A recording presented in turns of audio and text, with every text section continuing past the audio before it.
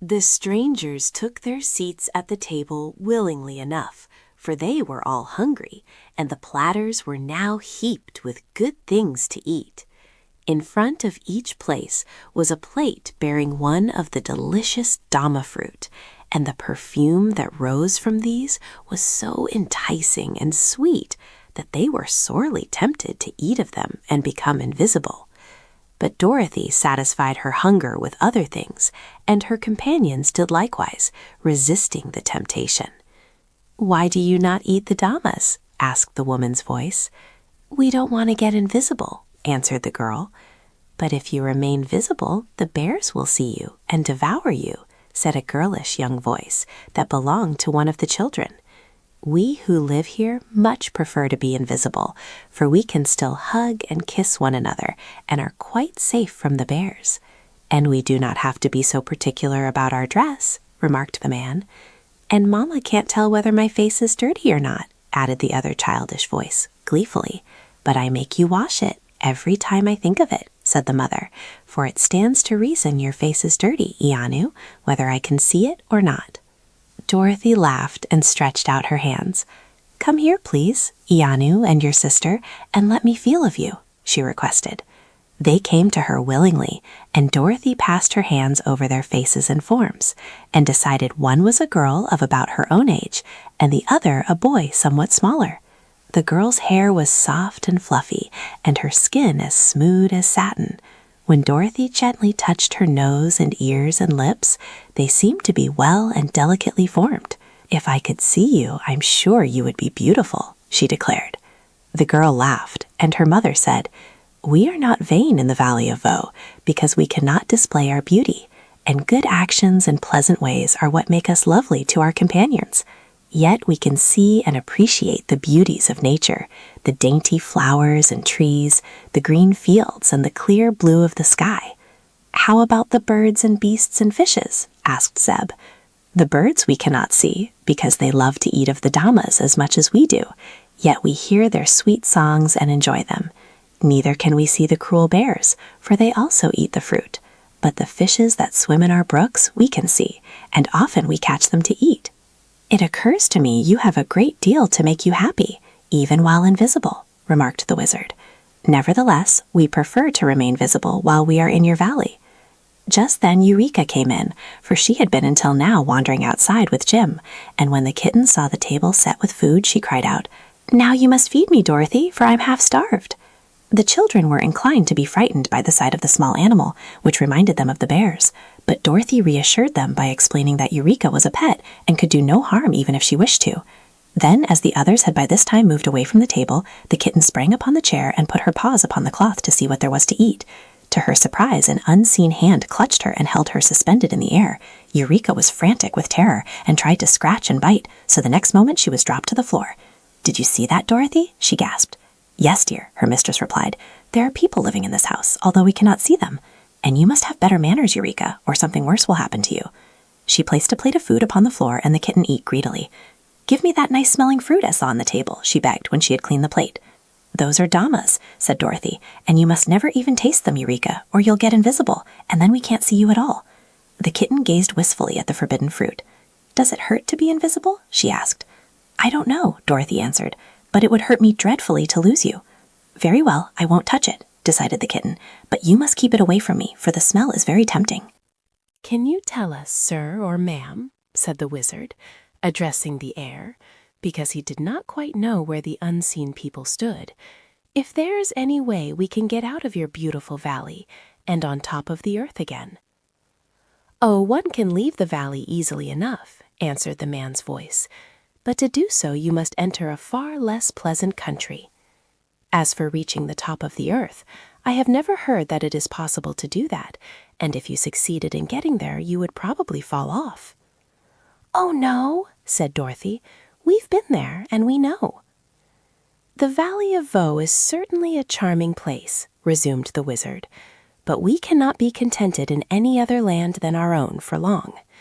Even if we should come to unpleasant places on our way, it is necessary, in order to reach the earth's surface, to keep moving on toward it." "In that case," said the man, It will be best for you to cross our valley and mount the spiral staircase inside the Pyramid Mountain. The top of that mountain is lost in the clouds, and when you reach it, you will be in the awful land of Nott, where the gargoyles live." "What are gargoyles?" asked Zeb. "I do not know, young sir. Our greatest champion, Overman Anu, once climbed the spiral staircase and fought 9 days with the gargoyles before he could escape them and come back, but he could never be induced to describe the dreadful creatures, and soon afterward a bear caught him and ate him up."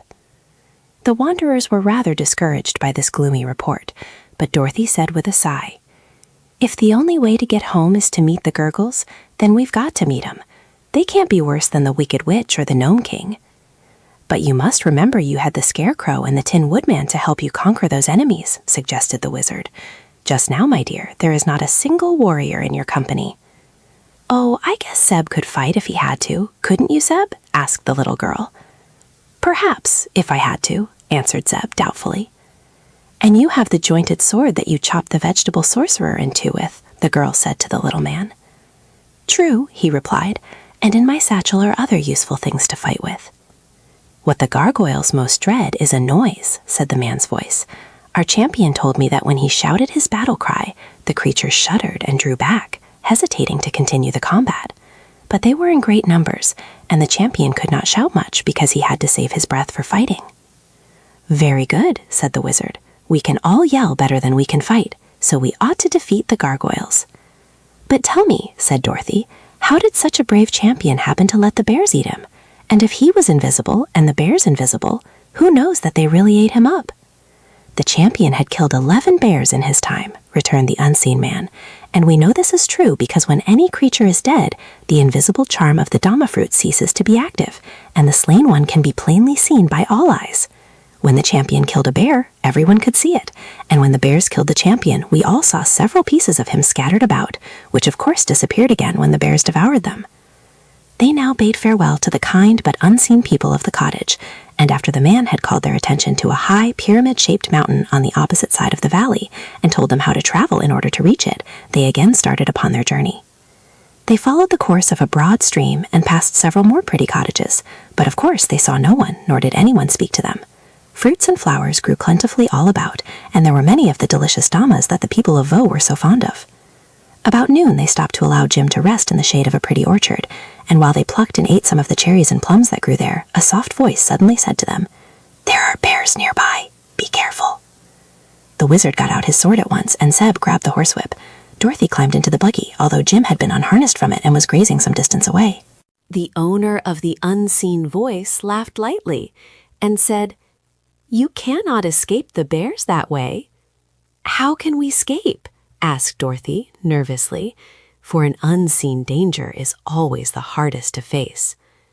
"You must take to the river," was the reply. "The bears will not venture upon the water." "But we would be drowned," exclaimed the girl. "Oh, there is no need of that," said the voice, which from its gentle tones seemed to belong to a young girl.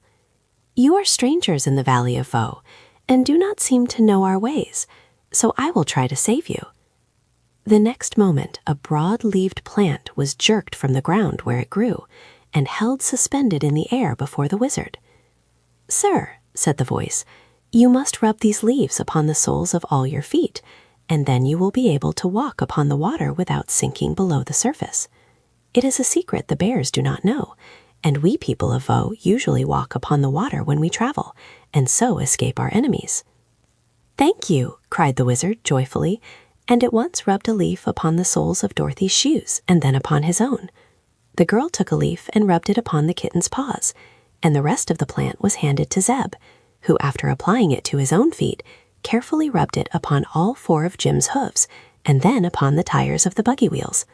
He had nearly finished this last task when a low growling was suddenly heard, and the horse began to jump around and kick viciously with his heels. "Quick, to the water, or you are lost!" cried their unseen friend, and without hesitation the wizard drew the buggy down the bank and out upon the broad river, for Dorothy was still seated in it with Eureka in her arms. They did not sink at all, owing to the virtues of the strange plant they had used, and when the buggy was in the middle of the stream, the wizard returned to the bank to assist Zeb and Jim. the horse was plunging madly about, and 2 or 3 deep gashes appeared upon its flanks, from which the blood flowed freely. "Run for the river," shouted the wizard, and Jim quickly freed himself from his unseen tormentors by a few vicious kicks, and then obeyed. As soon as he trotted out upon the surface of the river, he found himself safe from pursuit, and Zeb was already running across the water toward Dorothy. As the little wizard turned to follow them, he felt a hot breath against his cheek and heard a low, fierce growl. At once he began stabbing at the air with his sword, and he knew that he had struck some substance, because when he drew back the blade, it was dripping with blood.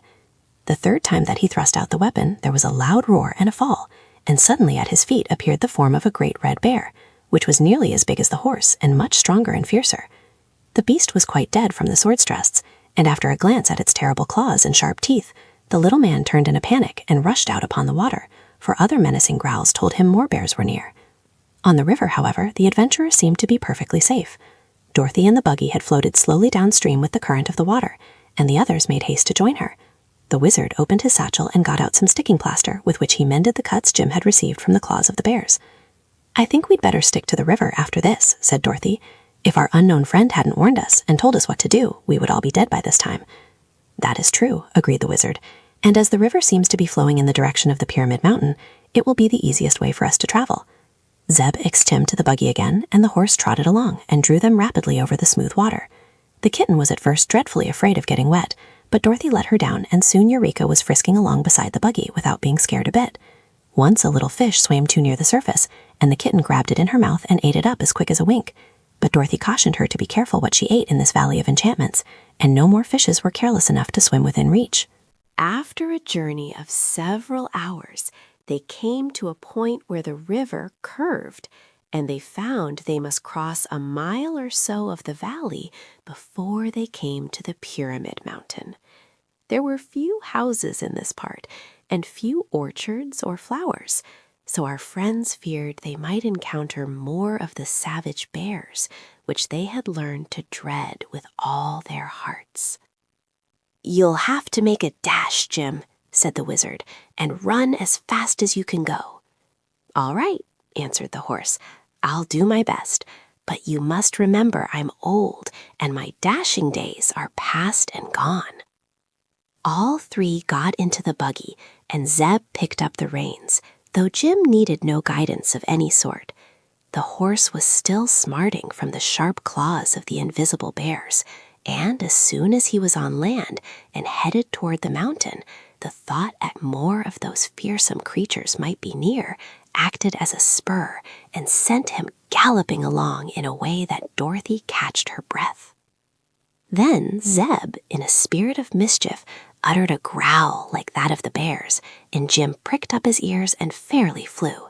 His bony legs moved so fast they could scarcely be seen, and the wizard clung fast to the seat and yelled "Whoa!" at the top of his voice. "I'm afraid he's running away," gasped Dorothy. "I know he is," said Zeb, "but no bear can catch him if he keeps up that gait, and the harness or the buggy don't break." Jim did not make a mile a minute, but almost before they were aware of it, he drew up at the foot of the mountain so suddenly that the wizard and Zeb both sailed over the dashboard and landed in the soft grass, where they rolled over several times before they stopped. Dorothy nearly went with them, but she was holding fast to the iron rail of the seat, and that saved her. She squeezed the kitten, though, until it screeched, and then the old cab horse made several curious sounds that led the little girl to suspect he was laughing at them all.